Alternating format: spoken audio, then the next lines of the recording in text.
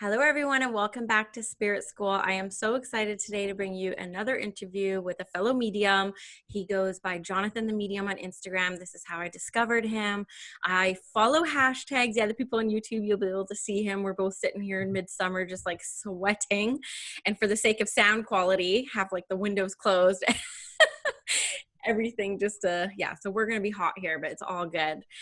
So I follow a bunch of hashtags. That's how I spend most of my time on Instagram. It's not necessarily following people. I'm following hashtags that I really like. And I found Jonathan late last year through a hashtag and have been following him for a long time and just really loved his energy. Like, you can't get more real, you can't get more energetic, you can't get more inspiring.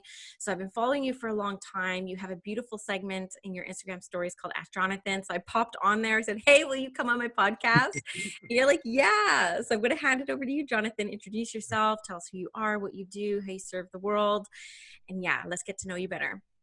All right. Well, hey, everybody. And again, thank you so much for just inviting me on this show. Thank you so much.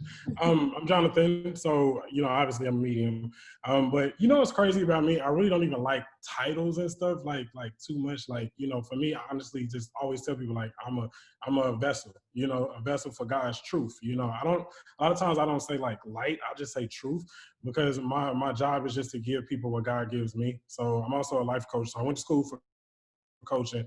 I went to school for psychology, and I'm still in school. I'm on a break right now though, but I'm still in school, so I'm still just working towards like different things, like personal goals. But my work is all about helping other people transform and step into who they were born to be. So my whole everything that I do is about alignment. It's about God, but it's about just helping you own your purpose, own your power, and just I don't know who you are and say fuck the world. I mean, screw the world, screw the world. Do what you do. World. No, I love that. And this is actually a really cool place to start because this was one of the Instagram questions that came and I put it out to my audience. Like, what would you ask Jonathan if you had an hour of his time? And so I got a couple pretty good questions I'll push to you, but I didn't think we were going here, but I want to go here first. So what do you define our life purpose? Like, what do you think we're doing in this crazy zoo called life? What's our purpose here? The crazy thing is even though Tom is, you talking about with Corona and everything, Trump and all of that, because where are you? We're in Canada. Oh, okay. You blessed and highly favored. Okay. Well, okay. So I mean, for me personally, I do always look at the bigger picture, right? So I always pay attention to that. So I really pay attention to how things are occurring in the world right now. And of course I don't like people that are dying and stuff, but then I also understand, soul growth and soul development and just our purpose. Right now, I think we're in a time where people need to get back to themselves. People need to start honoring the innate, the internal world. They need to honor their families. They need to honor the things that actually matter. So we're really learning through this time what's important and what's not, before we just literally destroy the world. You know what I'm saying? I think this is actually a time where the universe is like, you know what? I need y'all to chill so we can heal, and then we'll get back to y'all doing whatever it is y'all want to do. So for me, it's more of a time of just reflection, relaxing. For me, there was a period of time where I was so depressed and so down. Last year was probably one of the best years, business-wise, opportunities. But I was so depressed last year, it was crazy. But I always had to come online and, oh my God, everything is great. And I'm like, I hate that, right? Yeah. But when all of this stuff showed up or began to show up and start, especially towards the beginning of the year, that was actually my opportunity to start really sitting with myself again, versus sitting with everybody else's spirit, versus helping everybody else. That was actually the first time in probably 3 or 4 years where I actually got to ask myself, what is it that I want? Yeah. What do I want? And I seen you mention that on your stories before. So I would love to know more about what you were traveling for, because I know that you were traveling a lot and you mentioned that. And honestly, 2020 for me has been one of the best years of my life. I went full time into this work. I feel like I'm living my purpose. To me, purpose is all about joy. I mean, if we can come here and experience joy, we've nailed it, right? So literally what lights you up, what excites you, how can you, create your life, co-create your life in a way that, more of that, please. More of that, right? Oh, yes. Very cool. So you mentioned that you were really busy traveling last year. Were you doing mediumship readings or were you keynote speaking? So it's mostly, so with me, I have a mentorship group that I have, or it's more so I have a group that's called the Inner Circle. So it's individuals that I've been working with. Like it started off as I was doing coaching, but it was so crazy because nobody really would give me a chance for coaching at first, right?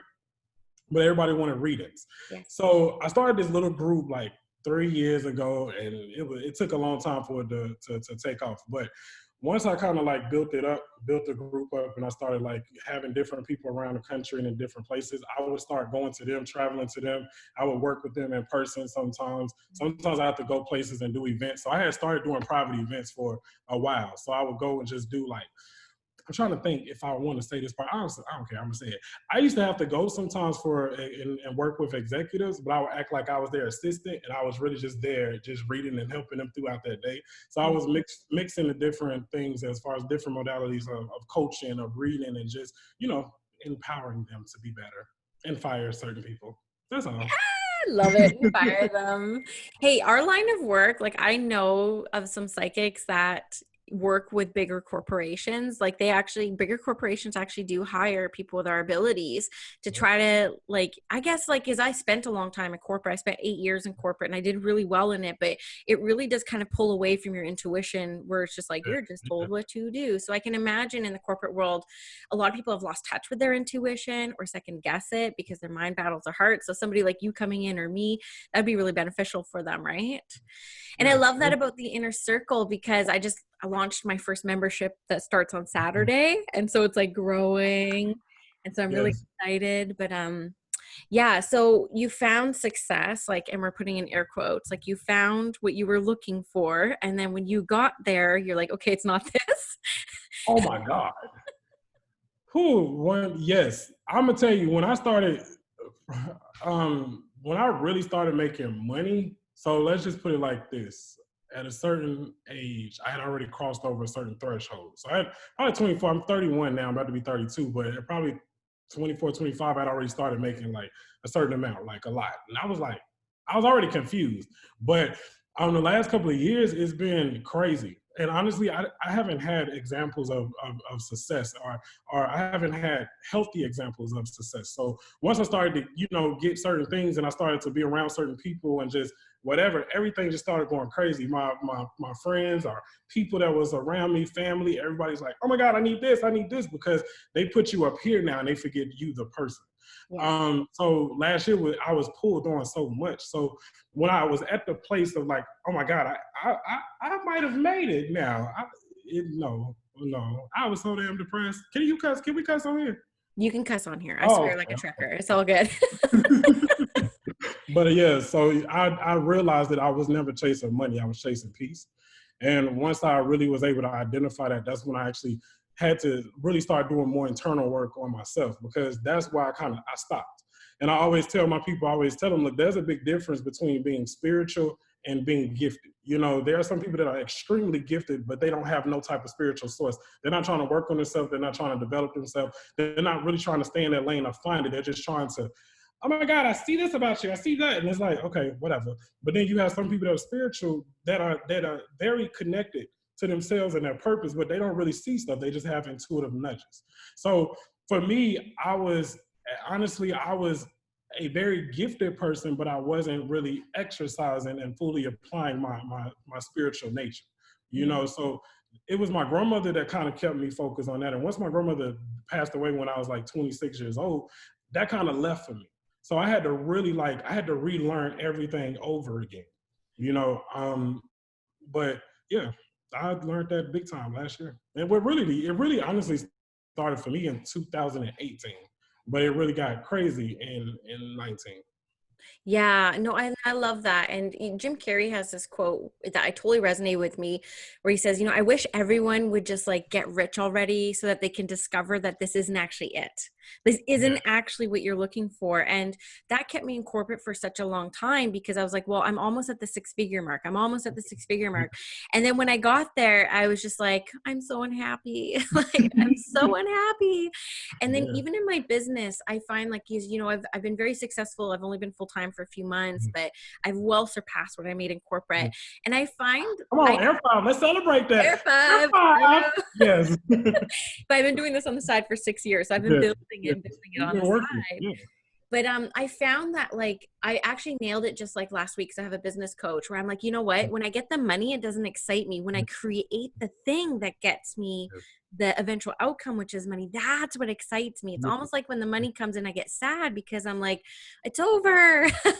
Now I want to create something else. And so it actually took me reaching that point as well, like burnout. It's like, what am I chasing here? And like, why am I like living in purpose, but I'm still feeling like out of alignment? And I realized it was actually like the creating that I like, the creating of the stuff and the program and the offering and I like the creating. It's excites me, right? And that's key. And I'm like that too. Like I love making videos. I love doing like certain things. Sometimes like I love working for God too. And that's why I stay in this work, right? Because honestly, there was a point in time, like when I was younger, I was super depressed and suicidal. So I was always had this thing, right? Um, and it was my spirituality, or it was my connection with God, my connection with my ancestors, and certain individuals at that time that really saved my life. And I remember like telling God, like, okay, if I actually do make it through, I'm gonna do what it is you want me to do. I didn't think it was gonna be this. I ain't gonna front. I was hoping that now at that point, I was like, okay, I'm gonna be rich. I'm gonna be a philanthropist. I can give money. That's it. I wasn't thinking, oh, yeah. Anyway, so for me, that's yeah, that was that. I love that. I love Yeah. the creation, and I love seeing people like do well. Like I love seeing other people be like, yo, I didn't know I could do this, but now I actually can. Yo, I never heard from God, but now I hear from God. Yo, I never heard from my spirits, but now I hear from spirit. But I'll also see the results in their life and them actually doing what it is that they, say they want to do, what they've been envisioning. That's my love. That's what like kind of sets it off for me on the inside. Yeah, and you can see that that completely translates in how you show up online too. And that's why I loved you. And I was just like, I need to talk to Jonathan because I just knew getting you in front of me. I'm like, you're the exact same person I see on Instagram. And I just see you um, just wanting the best for other people and promoting other people. Because I notice in this industry too, it's like it's very competitive. And I'm like, there's no scarcity in this industry, right? I remember Tony Stockwell, I studied under him once, and he said, there's enough dead people to go around. Like, don't cut each other down over this, right? And I All love right. too because you talked on your Instagram recently too about like you have friends who are just not into this kind of stuff too, right? Like you have relationships with people who are not spiritual in air quotes. And like how do you manage those relationships? Oh, those are my best ones. I love them. They are, because they don't ask me nothing. So, a lot of my friends that are honestly around me are very analytical. So they're, I have some friends that are, in the entertainment field. I have some people that are the medical doctors, lawyer friend. I got, they keep me on my toes. Um, Honestly, I don't really like to be around too many spiritual types of individuals, honestly, because I don't like to get lost in that world. My grandmother taught me at a young age, like we're meant to get these downloads and we're meant to get this information to use it and to apply it in this physical realm. And that's honestly what made me go back to school for coaching and what made me go back to school for psychology and other things is because it was like, okay, I'm hearing all of this stuff, but I really want to know how can I help individuals apply it? Because I felt like, I was just a window shopper. I'm able to be like, oh yeah, get this, okay, get that. But now I want to help you really incorporate it in your life because I don't really care about that side. You know what I'm saying? That's the truth. I don't really care about that side, but I really love helping people learn how to use it to apply it to their life so they can change it themselves. So it's kind of like in the Bible. Yeah, I'm gonna go off the Bible, but it was like, teach a man the fish and he'll eat for a lifetime, but give him a fish and he'll eat for a day.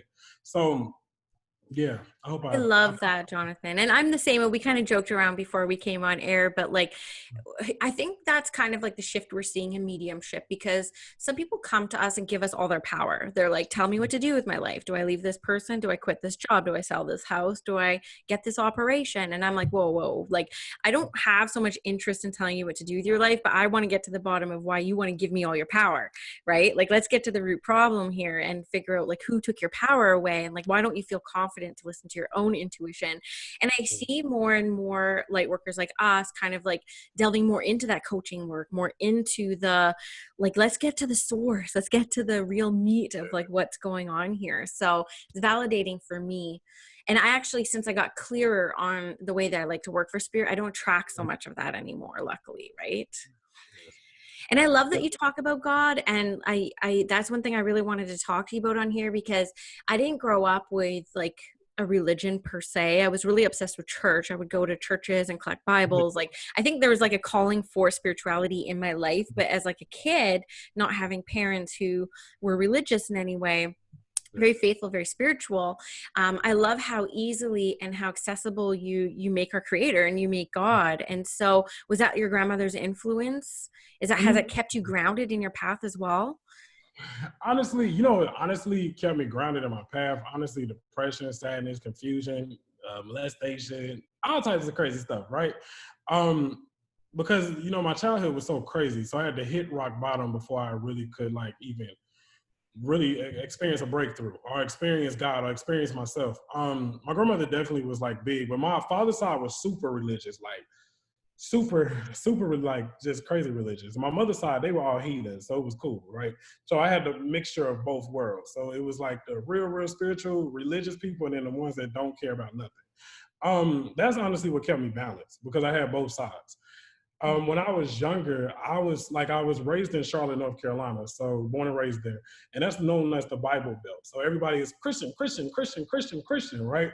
And when I was younger and saying I wanted to do like spiritual stuff, I'm reading people, I'm talking to people, everybody was like against it. It was so hush hush.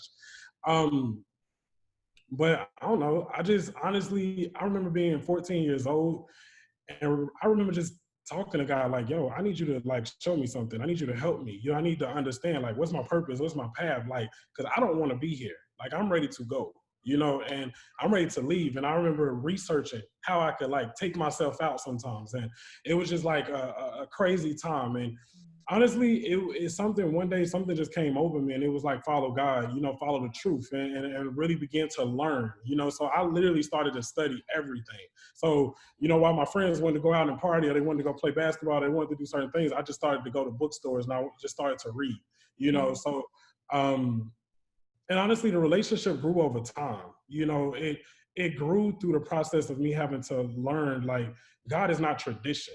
You know, God is something so separate, and it's your own personal relationship. So I don't fall to any tradition. You know, I just fall to, because I always tell people, I say, once you have an experience with God, there's nobody can change your mind.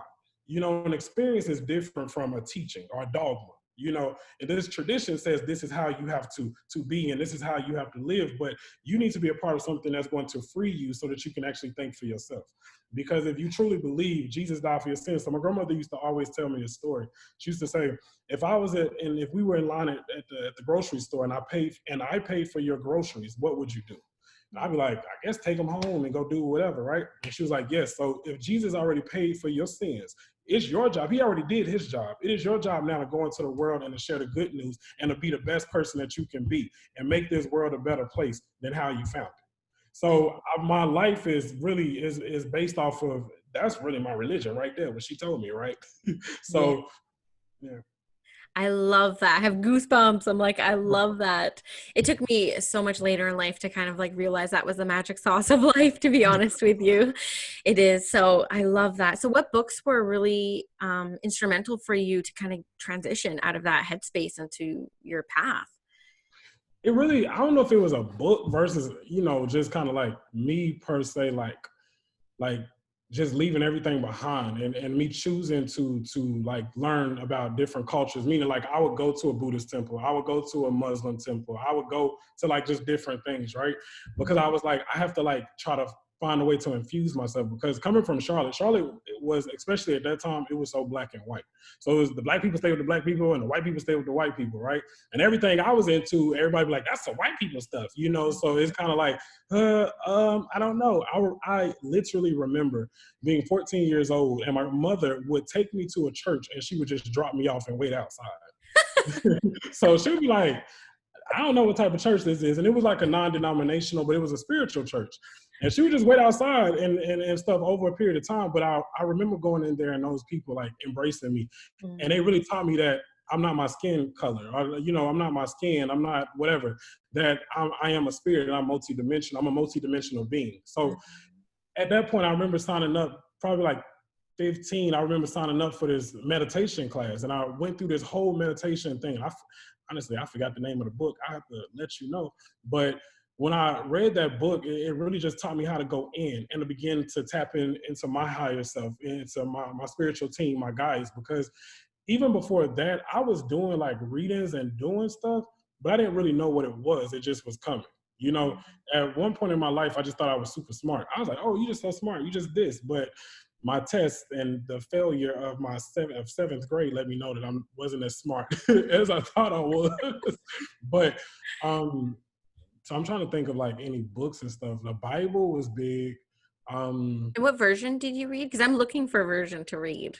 Oh, any version, you do the Message Bible. That wasn't like big back then, but the Message Bible is good. King James probably was what I was reading. But they, when I was going to that church, they had because it was a unity church. So they actually had a metaphysical Bible. So you actually can look up unity and look up metaphysical Bible. That helps me because so I had a very similar experience as a kid. Like I was like the weird kid. For one, I was very entrepreneurial. I was the weird kid on weekends. I was like washing cars, like mowing people's lawns. I'm like, how can I get some money? Right? Like I got to get to Disneyland. How can I make money? So, and I did it. Yes. Okay. We did end up going to Disneyland, but you know, and I was like always like I went to Jehovah Church with my friend. That was kind of the scariest experience I had. I was there, and they told me I was serving Satan if I wasn't serving them, because I asked them, can I have a Bible? Can I take one home? And I ended up going to like, you know, Bible camp, and like the church down the street had Wednesday dinners. And I think like I was just like always just called to be spiritually curious. And it sounds like you have like a very similar calling. And I had, you know, the judgment of like, oh, everyone thinks I'm weird. Like even going into college, I wanted to study theology. And I remember calling around to different universities saying, like, do you teach it from like a non-Christian lens? Because I really wanted a completely unbiased theology study. Yeah. And there was no such thing. I was like, did Christians like create theology? Like, I couldn't find anything. So, and then I also find, you know, because I study mediumship really in depth. I love mediumship. I love studying other mediums. It seems like we all have kind of similar trademarks where we have very rough upbringings. We have very like confusing teenage years, feeling disconnected then connected, love-hate relationship with the body. And I call it a colorful life. I'm like, you know, we mediums, we just need to have a well-lived life. We need a whole world of references to call upon. We're called to serve. And it sounds like we have a very similar path there together. And I love your mom just like dropping you off at a church. Like, all right, I'm just going to sit out here and make sure you don't get like scooped up somewhere. Yeah, she would do that. She would take me to the bookstore. She would not go in. But I'm grateful for her. You know, I am. And I always tell people, like, a lot of times those of us who are gifted and that do this work, I always know who I want to work with and who I want to help, because most of the time, if you're like, oh my God, I need to learn. I'm like, no, because a lot of the people that I do know, their gifts were born out of tragedy. They were born out of trauma. You know, it was born out of some type of pain. It wasn't necessarily born out of love. It was born out of seeking for something deeper than what life was actually giving them or what they were actually seeing. So for me, when I think about not even mediumship, because the other side of me too, where people would be like, it's a different type of feeling, is because I also was trained, I technically was trained prophetically. I was never trained mediumistically, like, right? And I used to do these lines in churches, and I would like give these prophetic messages and stuff as a kid. But then it started changing as I started getting older. And I would do like, oh yeah, God is telling you da da da da da. But somebody died. I think there's a woman that's here, and they hated that. That was like, oh, that was the devil. You know, that wasn't good. So that's really when my journey started, because it was like, y'all telling me it's not God. Y'all telling me to pray my gift away. You're telling me to do all these different things. But now it's like, you're telling me that what I'm doing is not good, except what I can give you and what you want, you know? Within the border that you give me. Yes. Right. So I literally had to get start just praying, and just, that's why every time I do something, I pray, you know, because that's my way of saying, God, I'm surrendering to you. God, I'm giving this to you, because it's to remind myself, don't take nothing for granted, because people literally tried to make me think I was crazy. And I honestly ended up going to a psychiatrist and psychologist, but luckily the psychologist was like, oh, okay, cool. I got all these notes and stuff, so we trying to figure out what to do with you. He was like, read me. If you see stuff, you feel stuff, tell me what you see. And I did it. And he said, you're not crazy. You're just very gifted. And he Wow. said, you're very aware of yourself. But he said, but I am going to write you out of your classes and I'm going to put you in a smaller class because you can't feel. And then afterwards he said, oh, I went to a reader last week and you gave me more information than her. So, and I was a kid, you know, and what blessed me honestly was the school and the environment that I was in, because it ended up being like, I went to an art school. So, and I was in there for singing and for like just other little things, right? I ended up reading, because it was like probably my graduating class was like 90 people. So Mm-hmm. I ended up reading like people in my school and the principals, the teachers and stuff. So they all became very protective over me. And it got to a point where people would like start telling like their family members, and their family members would come for lunch breaks and would come for like just all these different things. At that point in my life, that's when I was like, yo, you got to find God. Because everybody is telling you one thing, but then people are coming to you. They want to see you. They want to talk to you. But then they're telling people that they don't want to talk to you because they don't want people to know what they're doing. So Yes. right now, the only choice that you have is to stop or find God and figure out what is it that God wants you to do. So when I went to that church and I went to these different places, that's when I just like started to learn about meditation and going in to myself to really like tap in.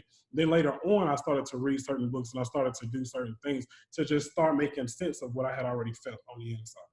Ah, that's so fascinating. What a journey. I've never heard anything like that. Like to have such like a supportive, especially as a teenager when, you know, everything's kind of like mysterious to us as teenagers. We're confused about who we are, like what we're doing.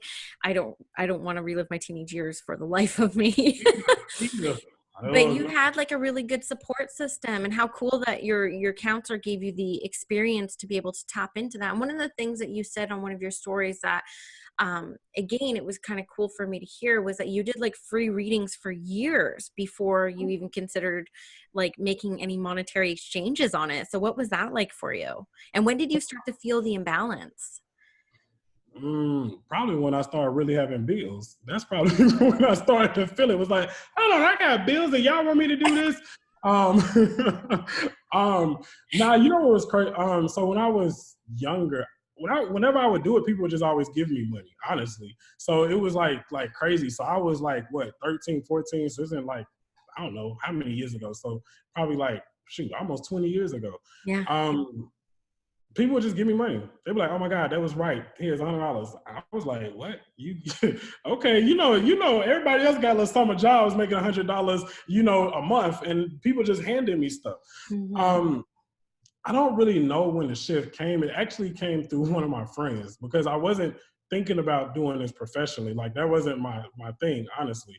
I really, when I started doing more stuff, I just wanted to figure out what was going on with me, because it got to a certain point in my life that I couldn't even be around a bunch of people. I couldn't I just certain things that I could do, I couldn't do anymore. Right. So I started looking into more stuff. Then what I realized is that when I used the gift and when I burnt the energy, then I felt calm. I felt good. So then I found ways to just to start doing stuff, right? So I used to go to a Reiki circle. So it was like a Reiki share, but I would only go there just to do readings on the people. So I'd be like the Horus. He would like show me like, okay, this is this chakra, this is this energy. Now what do you see? And so I just would do that. Then people started to invite me to their house. And then I was blessed because like some of the first people that I literally started to work with were like executives. They was like, bank executives, like home different places executives. And so they started to bring me into their house, and it honestly, it was like an entertainment type thing at first, but then the people would be like, hold on, you telling me some real stuff that's actually really happening, and it's like I'm confused. So then it just kind of grew from there. um I don't know when I actually started charging, honestly. I probably didn't start charging until like I was like officially saying this is my fee. I probably was like 19 or 20. Wow. At that point, I think I was charging like 50, $100. Yeah. So That is such a cool story. Like I'm just so fascinated right now. Like spirit obviously aligned it so that the right people crossed your path at like the exact right time. Yeah. Like, that is so cool. So so one of the things that maybe because I discovered my abilities much later in life, like I was 31, I've always been interested in mediumship and spirituality, but I never in a million years thought I would be a working medium. It was not Yes. my realm of potential, right? Like I just didn't see that for myself. But Yeah. I don't know if it was because I was later in life, and I noticed with a lot of the clients that I work with, like they come through this ability with mediumship where there's insecurities. Like it's like I'm not good enough. I'm not as good as. Like, did you ever have any of that as part of your development path? Once I started to take it serious, yes. Okay. Because I just started feeling like, what's wrong with me? Like I'm different. So it's kind of like, when you see everybody else and how everybody else is doing things. Actually, let me tell you this story. I can't say the name, but I will say this. There was a well-known psychic medium that had heard about me and had flew down to Charlotte when I was doing something. And when they flew down, they had basically, long story short, they wanted to take me up under their wing. Hmm. They was known, so they worked with a lot of celebrities, did a lot of stuff, which they actually opened me up to a lot of stuff. So I have to say that, but they was just so damn controlling. But anyway, um, when they kind of taught me the ropes, to a certain degree, right? What was the question again? Because now I'm blocking it. Because now I just went back to No, I want thinking to about hear it. this story. I'm like, oh, no, it was connected to the story. So, what was your question again? I'm so bad. I was just worried about like if you overcame fear of like not feeling good enough, not comparing yourself to like other mediums, or feeling scared to do this work, right? Yeah, so that's why I was going to the story. See, trauma is still there, right? That's I'm trying to push this I out have of my trauma mind. from a mentor But too. It's all good. oh my God. But so she was amazing. She was amazing. But honestly, beforehand, I just was me. So I really didn't put much pressure on it. But that's what started my insecurity, or my path of insecurity, because she was amazing. She was amazing. But she would always make me feel less than. Mm. You could have did this better. You could have did this. And at this point, she had the connections, she had the money, she had the fame, she had a lot of different things. And it was a, well, this is not normally a part of your culture, but you have something special, and I want to help you with this and that. It was some crazy stuff. So that did break me down. So I always had that undertone of I'm not good enough.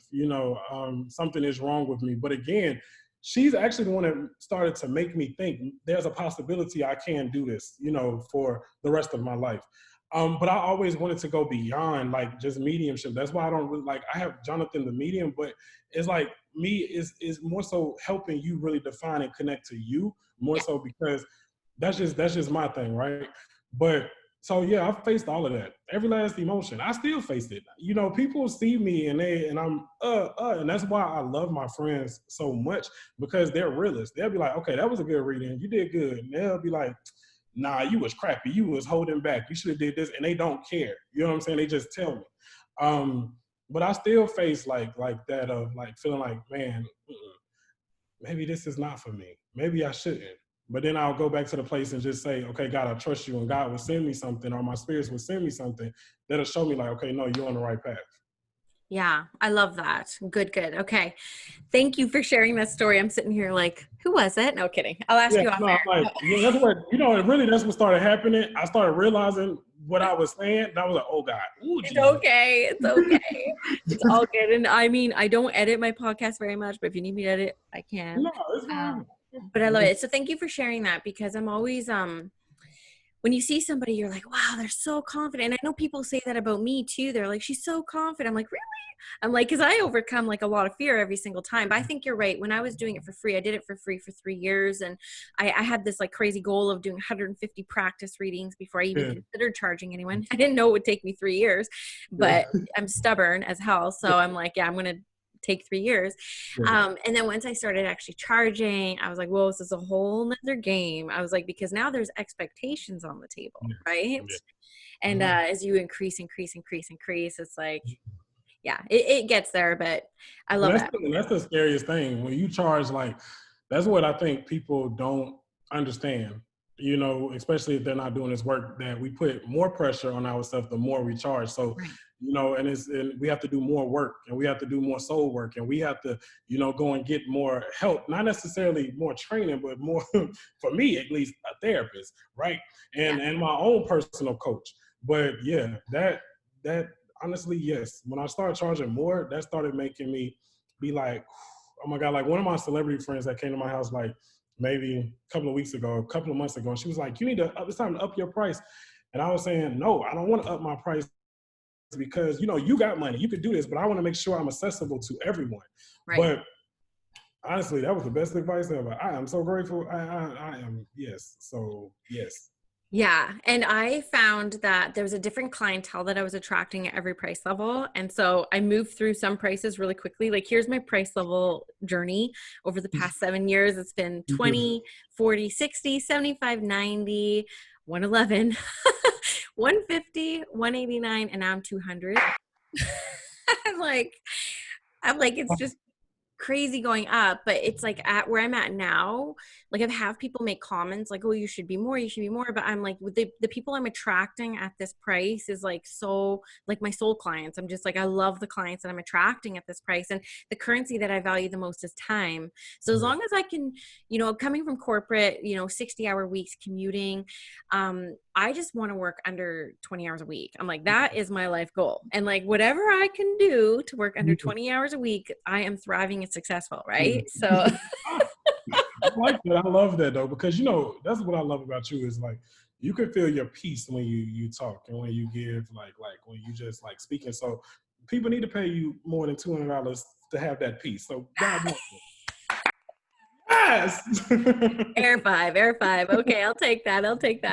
I'll add that too. Cause I always tell people you get clear, confident, and connected working with me, but I'm going to add peace on there too. So No, you need that peace because you know that's the thing that I think is so important is that, and I always tell my people this: everybody has a signature. You know, some people have the signature of trust, some people have a signature of joy, some people have a signature of balance, some people have a signature that you just trust them and you don't know why.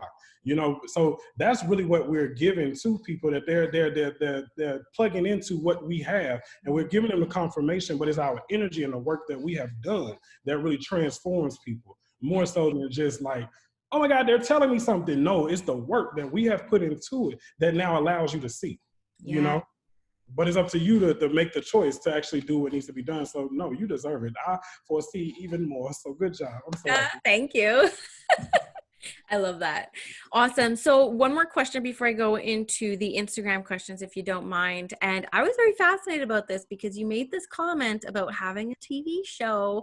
And so is there going to be Jonathan the Medium on TV? And like, what is that path going to be for you? I could see you on TV. Hell no. No. Okay. No. Okay, so let's just say throughout my career, I have had 3 television show opportunities and with networks. So it's hell. I'm gonna tell you that now. It is hell on earth, right? And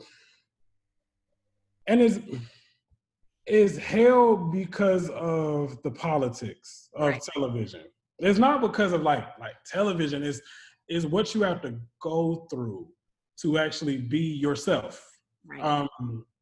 I was kind of taught you're an entertainer, you're not a healer anymore, you know? So you if you look at dang it. Ooh, if you look at just certain people that's on TV, except Tyler, I love Tyler. Tyler is Okay. Tyler Henry. I love Tyler. If you look at certain people that are on television, it's the entertainment side that's important. Personality. You know, I am blessed because I do have a big personality. This is my natural personality. But you know, with me, it's crazy. I'm an introvert, but people think I'm an extrovert. Trust me, I like being by myself and just reading a book, right? But television is a journey. But yes, possibly one day if things can get balanced and get right. It took me some time to get out of the depression of going down that path, honestly. Right. To really find myself again and find my lane because I had forgot it. You know, and honestly, how I started using tarot cards are the most I started using them like a lot was actually from television. because they wanted me to kind of have a prop. So they didn't like me being able to just talk to people because it was like, oh, they're not going to believe you. They're not going to this. Oh, you're black. It's a lot that goes into it. Television likes to put, mostly in the past, they like to put black people in the religious box more so than the metaphysical or spiritual box. So Okay. it's more so, oh, if you was preaching, if you was this, if you was that, then okay. If you look, the only real black medium, or not medium, but black individuals that had a television show that had a contract with Lifetime was a prophetic show, but some of them people were spiritualists and stuff as well, but they had to perpetrate, to be something else just so they could sell it on TV. Right. So, television is a business, and yeah. Not one that you want to be married to. I totally get that. It depends. I mean, you have to have the right team, and you got to have the right people that's really gonna fight for you. You know what I'm saying? Because that's a dog eat dog business, and for what we do, it's a great opportunity. But luckily, we have social media and we have other things now that we don't need that opportunity per se. But yeah, Anything else you want to know? Yeah. Yeah, no, I love that. And I was wondering about that story. I was like, ooh, I'm like, I want to know a bit about the story. But what you're saying, it reminds me of like, because John Edwards, like he had the show Crossing Over when I was a teenager, and that ended so abruptly. And he was so good, but he's a guy that like, I don't think he would ever like bend to anybody else's will. So he was just kind of like, I'm going to create my own TV show. And he put it online. I think he was one of the first people who started a TV online, like Evolve TV. And I remember him making comments about how they wanted him to be more entertaining. He's like, I got one trick, guys, one trick. He's like, and this is what I do. And he's really kind of like held to his gun like that. And I also know another medium who was offered a few TV shows that they passed down because they wanted them to really go against their beliefs. And it's like, what am I going to sell my, integrity at? Like, what's the cost? And for a lot of people in this work, there is no cost, right? It's like, I'm not doing it. I had individuals tell me they wanted my story to be I was an alcoholic and I failed and realized I had a gift, or I was on drugs. I'm like, yo, this is my life. You know what Yeah. I'm saying? Like this is not a game for me. And for one, I like my life and I like what God is doing in my life, and I'm not risking that for anything. So I don't care. But yes, I'm trying to think, I think it was it John or was it James? Did James come? That was like, James Van Prague. That was like the one I was like, oh my God, I want to be like James Van Prague. Like I remember like writing him because my grandmother had my grandmother had 13 kids and she had lost like 6 of her kids before whenever, right? And I wrote him. He actually wrote me back. Well, the television show people wrote me back. But mediumship and television is crazy. And mostly because of the editing. I think so too. And I think like, I've had this conversation with other mediums, maybe even on air, but it's like, I feel like that's been adding a lot of pressure to mediums in this work because I mean, you can slice any reading 5 minutes and it will look amazing. And I get people coming in saying like, oh, it was really good. I was surprised because it's different than it looks like on TV, right? It's much different. But I think TV mediums have added a lot of pressure to us just like, hustling in the background because the expectations people come with are just like so much greater now, but it's also helped our industry thrive. Like just saying like, Squamish Medium or Jonathan the Medium, like people are like, I know what that is, right? Whereas like with Reiki, it's not quite mainstream and people are like, well, what is it? And like, what do I get? So it's kind of like a double-edged sword a little bit with the TV, but why do you like Tyler Henry? I'm curious. I love his show. I think he's fantastic. And again, really young. So what do you love about Tyler? I love his spirit. Mm-hmm. I love his spirit. Like you could tell like he really wants to help people. It's like so genuine. I'm attracted to people's spirit more so than their gift. I really don't care about your gift. Don't do nothing for me, right? But if you like have a good spirit and you really want to be an example and you really want to help others and it's pure, that's what I fall in love with, all the time. So it's like I love him. There's another young man too. Actually he's black.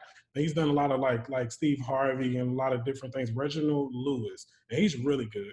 He's a really good as well.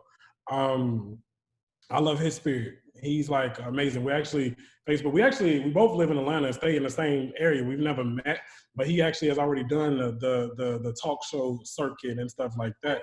So he's done that. And he's young. He's younger than me. So I'm 31. I don't know how old he is, but he's younger. But he's good. Tyler. And really, I just love the way Tyler works. You know, I like it. It's just different, you know? He is very different. I love watching other mediums work. I just get so fascinated, especially when you get certain information. Like it was hard for me. I seem to get a lot of people who pass with overdose and suicides. And so it's a very gentle topic. And so it's like, how do you like not re-trigger a sitter with the things that you're getting? And like there is a certain amount of grace that you have to have in this work to express spirits information that's not like traumatizing or triggering. And so like I like studying other mediums. I'm like, how do they express suicides? Like how do they express overdoses? Like it's literally like studying my craft, right? So I love it. So I'll look up Reginald after too, because I love seeing other mediums work. So cool. So just a couple questions from the Instagram audience, if you don't mind. So I won't give their names because I can't say half the names on here. Some of the screen names people pick, I'm like, I don't know how to say this. But somebody asked here, like, how do you connect with your purpose? Really just by sitting with yourself. A lot of times when it comes to your purpose, it's about paying attention to the simple things. A lot of things that actually we consider natural are actually not natural to other people, but they're actually the things that are connected to what we're supposed to be doing in our life. But for me, I always tell people, your purpose sometimes is just to live, enjoy life. You know what I'm saying? Like, I think people put so much pressure on themselves. Am I doing this? I should be doing something. You on the inside, you know what you need to be doing versus what you don't need to be doing, right? Number one thing, if you really want to identify your purpose, drop all the toxic sugar, honey, iced tea that's around you so you can really begin the process of hearing yourself. Also, too, pay attention to what you wanted to do when you were a child, because that is a big, it's a big help for helping you figure out what it is you're supposed to be doing in your life today, in your adult life. I've never heard that before. That is such a cool way to look at it. I have to think back of what I wanted to do when I was a kid. That is so awesome. Okay, and then somebody asked us, I'm curious too about your take on this. So what does it mean when you keep seeing numbers like 111, 222, 333, 444, 1010, 1111? So what's your take on number signs? Nothing? I'd be like, oh, his numbers. You know, honestly, what I say is, I tell people that's like, those are your spirits trying to get your attention to let you know you're doing what you need to be doing. But you need to go, again, I'm real big on sitting, meditating, and doing your work, right? So it's like, if you see 1111, that's alignment. Okay. If you see 555, then normally for me, that's my sign of money's coming, pay attention to your ideas and stuff like that. But whenever someone tells me I see a lot of numbers, I'll tell them, go look at the angel numbers. And they'll say, okay, I looked at them. Cool. Now, what I'm going to tell you is pay attention to the synchronicities of life. What is God trying to show you that you're not listening to?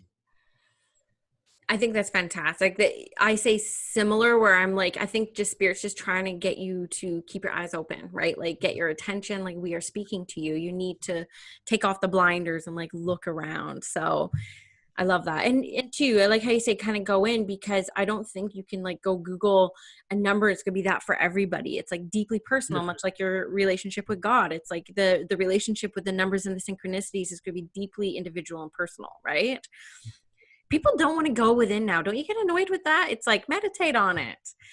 Yeah, because, you know, people are so like used to convenience now. They're so used to, they want it to be so extra. They're looking for that, hey, this is God, hey, or they look for a spirit to jump in us and just start telling them everything. They don't understand the subtleness of the work that we do, but also the subtleness of God. You know, the only thing that's loud is their ego. That's it. Your ego is super loud. Hey, you do this. No, don't. No, sit. Yes, I get that a lot. I get a lot of people messaging me like, I saw like 5 hawks today. What does it mean? And I have to say to them, well, you know, what does a hawk mean to you? Right? Like, what do you think of when you think of a hawk? What traits do you resonate with? And that's what it means to you, right? Yes. Because I'm First Nations. I'm like, I don't have the animal index in my brain. And I'm scared of most animals. So I'm like, but yeah, people don't like that. They don't like the, like, I don't know, ask your spirit, right? Like we're all spirit. I'm spirit, you're spirit, spirit. It's like, we all have that internal wisdom that we can tune into, but people don't like looking in. They like being told the what's I what, think, right? honestly, I think that a lot of people just are scared. You know what I'm Mm, saying? Because a lot of people are so like passive and aggressive now, and a lot of people are afraid of saying the wrong thing and doing the wrong thing. So it's like in this world now we're living a life of perfection, versus like excellence, and that's something that I had to do a lot of work on as in regards to myself is that I had to stop looking for perfection in everything and find the excellence in it, and just say to myself, you know what, you did the best that you could do. So be chill with yourself. You know what I'm saying? Like, don't put too much pressure on you. But I think like a lot of times, like when people say I have problems with meditation, I'm thinking too many thoughts, it's normally because you don't want to hear the truth. right. There's something that you're trying to hide from yourself. So I always ask people, there's one question I say, what is it that you're hearing that you don't want to hear? Right. I think that is brilliant too. That would catch me off guard. If I was in a coaching session with you, I'm like, you're gonna make me think about this. Oh yeah, yeah, that's what I do. I love it. I love asking powerful questions that make people be like, "What?" Because that's when you are really able to start, like again, transforming. That's when you're able to start changing stuff. Because honestly, it got to a point in my reading career that I got so discouraged because yeah, everybody's coming to me, yeah, probably at 24, 25, whatever. It's like everybody's coming to me, yeah, I make all this money, yeah, I'm doing this, yeah, I'm doing that. I'm like, damn, ain't nobody really growing. Yeah. It's like they're just pacifying their hurt, they're pacifying their pain, they're pacifying whatever, and I really want to help people grow because yeah, I living a great life, but it ain't fulfilling. And that's when my shift really started because I didn't want to just be paid. I wanted to be fulfilled. I wanted to feel good about what I was doing. But what I've learned is that people just are scared.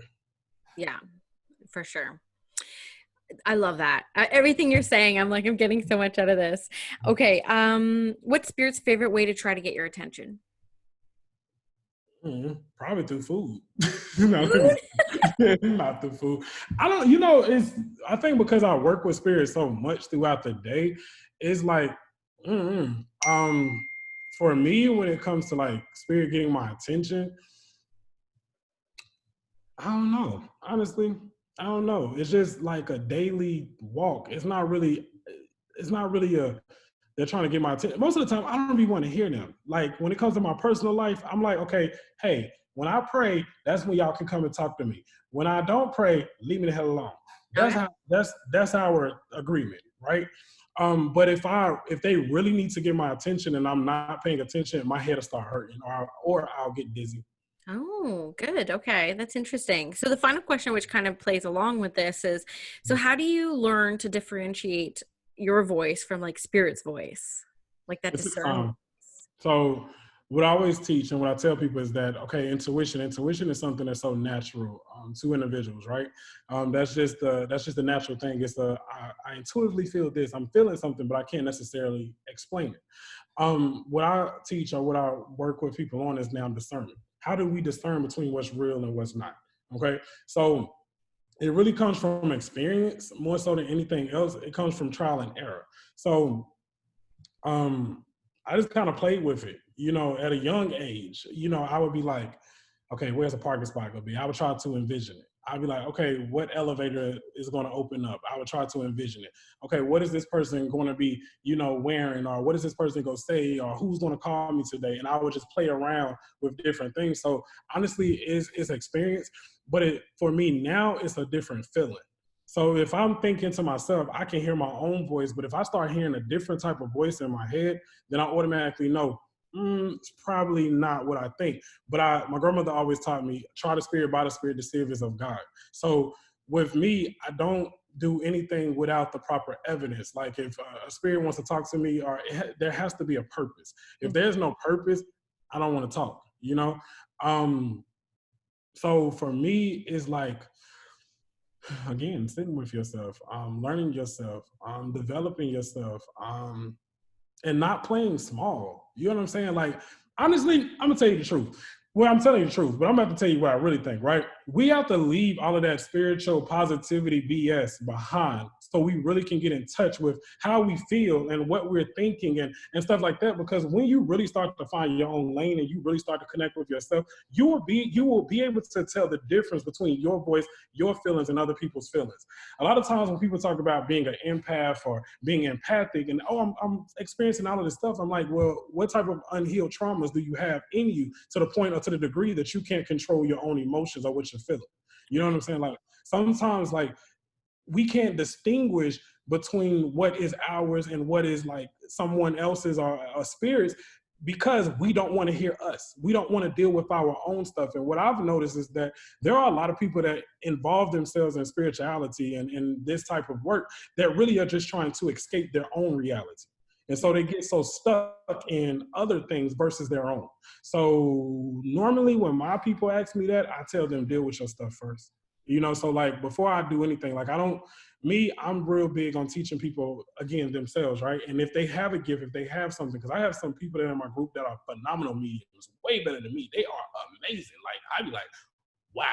But I always tell them, okay, cool. I know what to do with that, but no, we need to go to the basics. Who are you?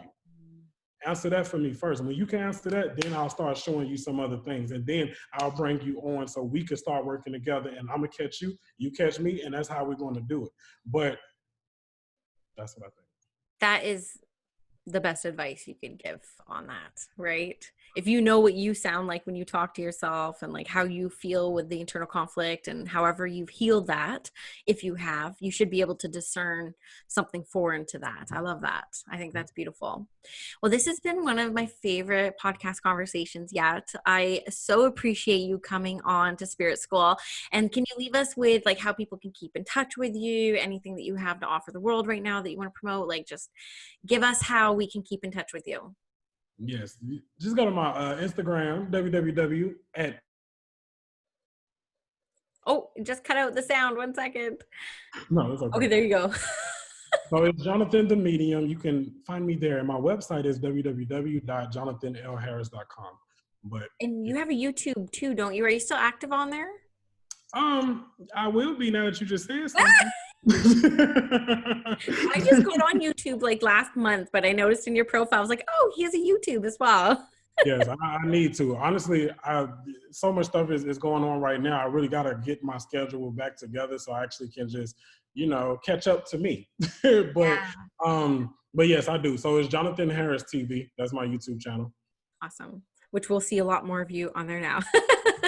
Yes, yeah. So we're going to be accountability partners for that. Okay. Okay, there we go. Awesome. Well, thank you so much, Jonathan. This was such a pleasure. Thank you. This is what